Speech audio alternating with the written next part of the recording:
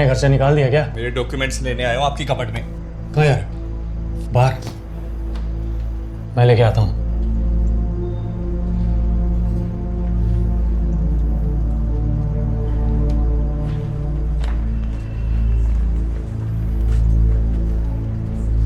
यही है ना? हाँ,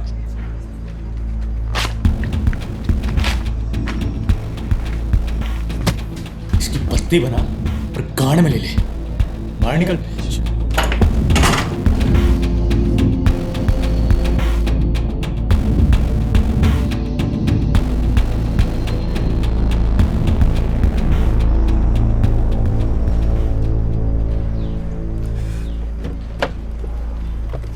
हाय, हाउ आर यू? डॉक्यूमेंट्स मिला? क्या हुआ? All okay? ਓਏ ਤੈਨੂੰ ਸ਼ਰਮ नहीं आती? साडी इज्जत मिट्टी च मिला दी तूने। इसलिए भेजा था तेनू मुंबई में कि तू लोकां नू उल्टी सीधी दवाइयां बेचे, शादीशुदा औरतां नाल चक्कर चलाए। क्या बोल रहे हो आप मम्मी? कुछ भी। अनीश ने जो भी आपसे कहा है सब झूठ है। हाँ, तेरे पापा, तेरा भरा, मैं, हम सब गलत हैं। एक तू ही समझदार जम्मिया है। शुक्र मना अभय कि तेरे पापा जी को ना कुछ नहीं दस्या। मैं कह रही हूं यही सब करना है ना तेनू तो तू वापस आ जा। ठीक है मम्मी, मैं ना ਤੁਹਾਡੇ ਨਾਲ ਬਾਅਦ ਵਿੱਚ ਗੱਲ ਕਰਾਂਗਾ। ਪੈਰੀ ਪੌਣਾ। अभय, अभय,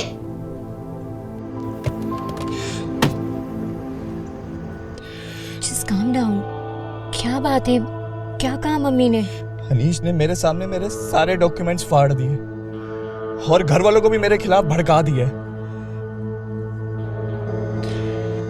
अजीब आदमी है ना। तब गुस्सा आता है कि कभी कभी मन करता है कि उस बेवकूफ को ना जान से मार दूं। कब मार?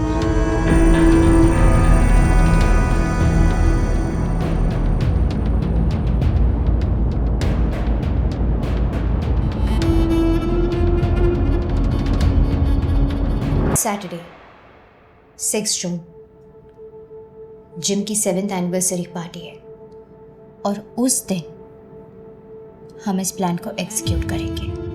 कैसे? वेल,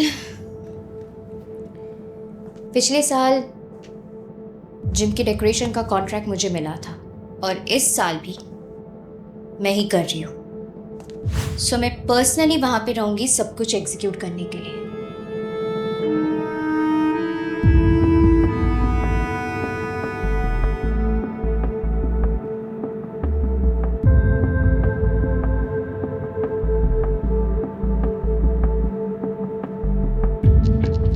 अभय, तुम हर रोज़ की तरह उस दिन सुबह जिम जाओगे। तुम्हारे जो रेगुलर क्लाइंट्स है उसे तुम ट्रेनिंग दोगे और सुबह ही तुम मधु से कह देना कि तुम 2 दिन के लिए आउट स्टेशन जा रहे हो। जिम बंद होने के बाद गिने चुने 4-5 लोग ही रहते हैं और चेंजिंग रूम के बाजू में ही इलेक्ट्रिक बोर्ड है। मैं अपने स्टाफ से कह दूंगी और वो MCB से पावर कट कर देगा। और अगर किसी ने बाद में पूछ लिया कि बाहर कहाँ, तो क्या बोलूँगा? मैं पुणे के लिए तुम्हारे टिकट्स बुक करवा दूंगी और तुम्हारी आईडी लेकर मैं अपने किसी ऑफिस स्टाफ को बाय ट्रेन पुणे के लिए भेज दूंगी और फिर तुम अनीश को ठिकाने लगाकर बाय रोड पुणे के लिए निकल जाना। पर अगर अनीश को कुछ होगा तो ऑब्वियसली सबसे पहला कॉल मेरे पास ही आएगा ना? एग्जैक्टली, तभी तो तुम बाय रोड जाओगे, क्योंकि जब जिम से फोन आएगा तुम्हारे पास तो तुम तुरंत यूटर्न मार के वापस आ जाओगे। और अगर किसी ने पूछ लिया बाद में कि पुणे क्या करने गया था तो क्या कहूँगा? Well, now that's a good question.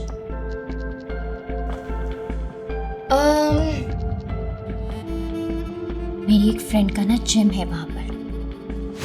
मैं पहले से ही ना तुम्हारे लिए बात कर लूंगी जॉब इंटरव्यू के लिए और वो इंटरव्यू हम संडे को लाइन अप करेंगे। So in that case you will have a witness as well. उसका लास्ट जो क्लाइंट होता है वो 8 बजे का है और उसके बाद जनाब खुद अपना वर्कआउट सेशन कंप्लीट करते हैं, बॉडी शॉडी जो बनाना है। सो लगभग 10:30 10:45 तक उसका वर्कआउट ख़त्म हो जाता है और जैसे उसका वर्कआउट ख़त्म होगा उसके बाद वो चेंजिंग रूम जाता है शावर लेने के लिए। और हमें कैसे पता चलेगा कि उसका वर्कआउट फिनिश हो गया? क्या पता उसे ज़्यादा टाइम लग जाए या फिर कम। उसके लिए हमको एक नोटिफिकेशन मिल जाएगा।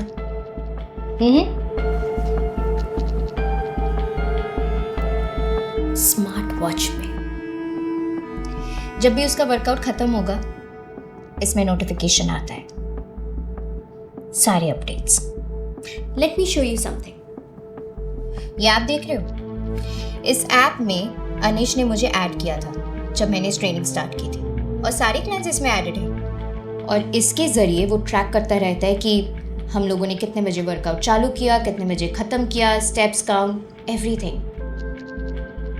सो जब उसका वर्कआउट ख़त्म होगा हमें नोटिफिकेशन आएगा। सो अगर टाइमिंग ऊपर नीचे होगा तो हमें पता चल जाएगा। फिर जैसे ऐप में अपडेट होगा कि उसका वर्कआउट सेशन खत्म हो गया है, तुम जाओगे लॉकर रूम और उसके बाद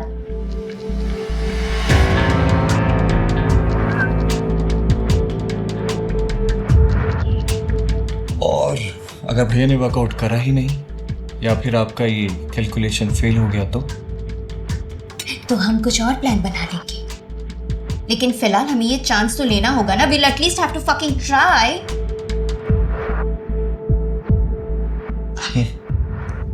अभय, आई ट्रस्ट यू।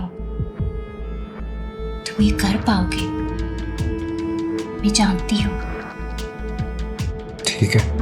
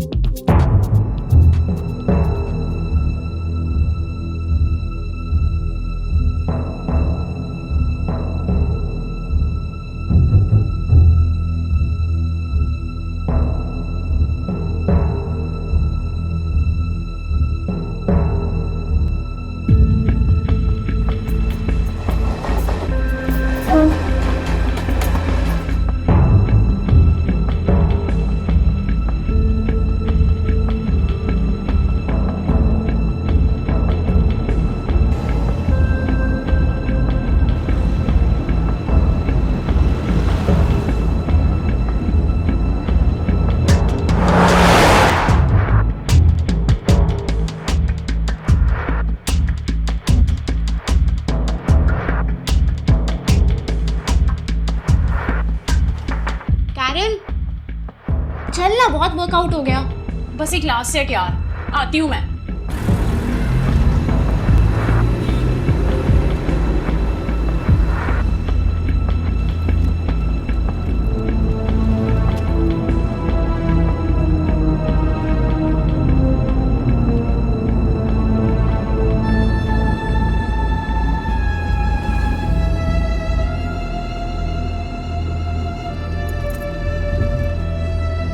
सॉरी भाई, चलो हो गई गलती यार।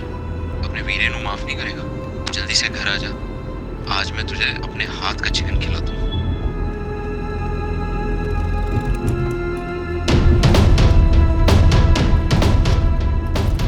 नेहा गाड़ी रोको। अरे रोको ना यार, नेहा गाड़ी रोको। मुझे नहीं होगा। मैं ये करने की सोच भी कैसे सकती हूँ? शिट है ये यार, वो मेरा I can't.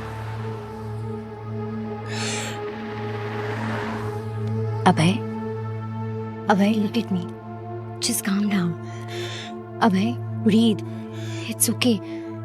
Abhay, what are you even talking about?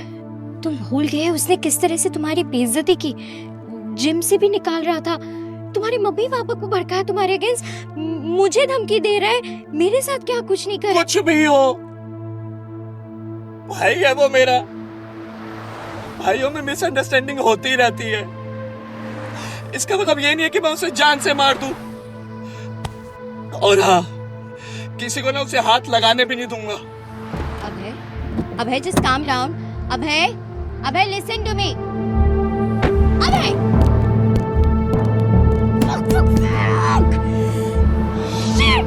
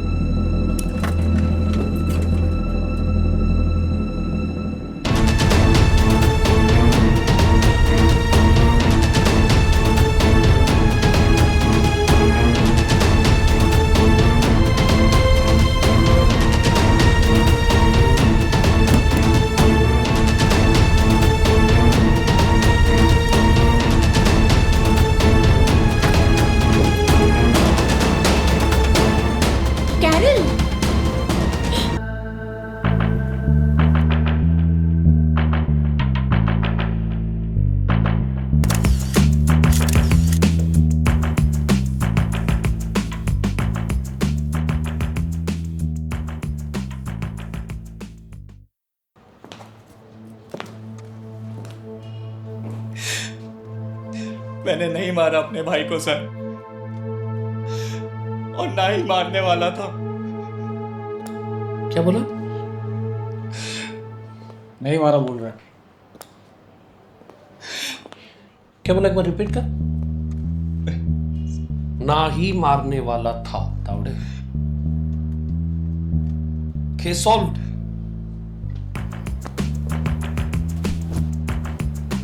ना ही मारने वाला था।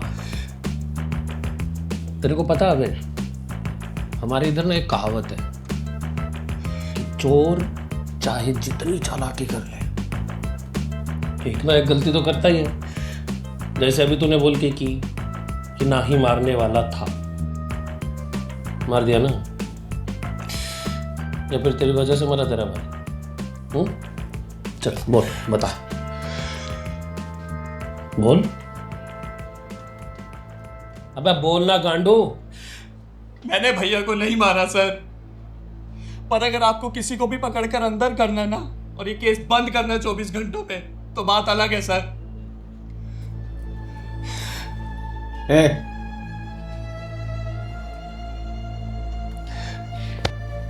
ऐसा है शाणे, फिर हम यहाँ तेरे से रिस्पेक्टफुली बात कर रहे हैं ना, इसका मतलब ये नहीं कि तू उसका फायदा उठाए। तो जाना शान पट्टी नहीं दिखाने का, वरना तेरी शान पट्टी में किधर घुसाऊंगा ना, ये मालूम नहीं चलेगा तेरे को, समझा? सॉरी सर, बहुत क्लोज थे भैया और मैं, बस अभी कुछ ही दिनों से थोड़ी अनबन चल रही थी। उसने चीजों को इतना बिगाड़ दिया था कि मन करता था उसे जान से मार दूं, पर वो बस गुस्से वाला थॉट था सर। हमारी कल बात हो रही थी सर, ये मैसेज पे हम मिलने वाले थे सर, बट भैया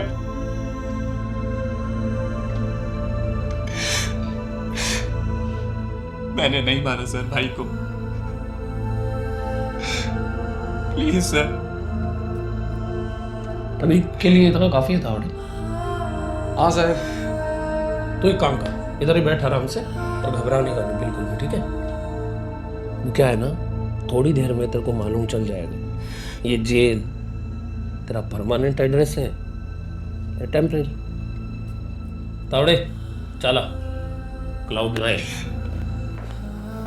गुड मॉर्निंग सर। बैठ आराम से, घबरा नहीं करना।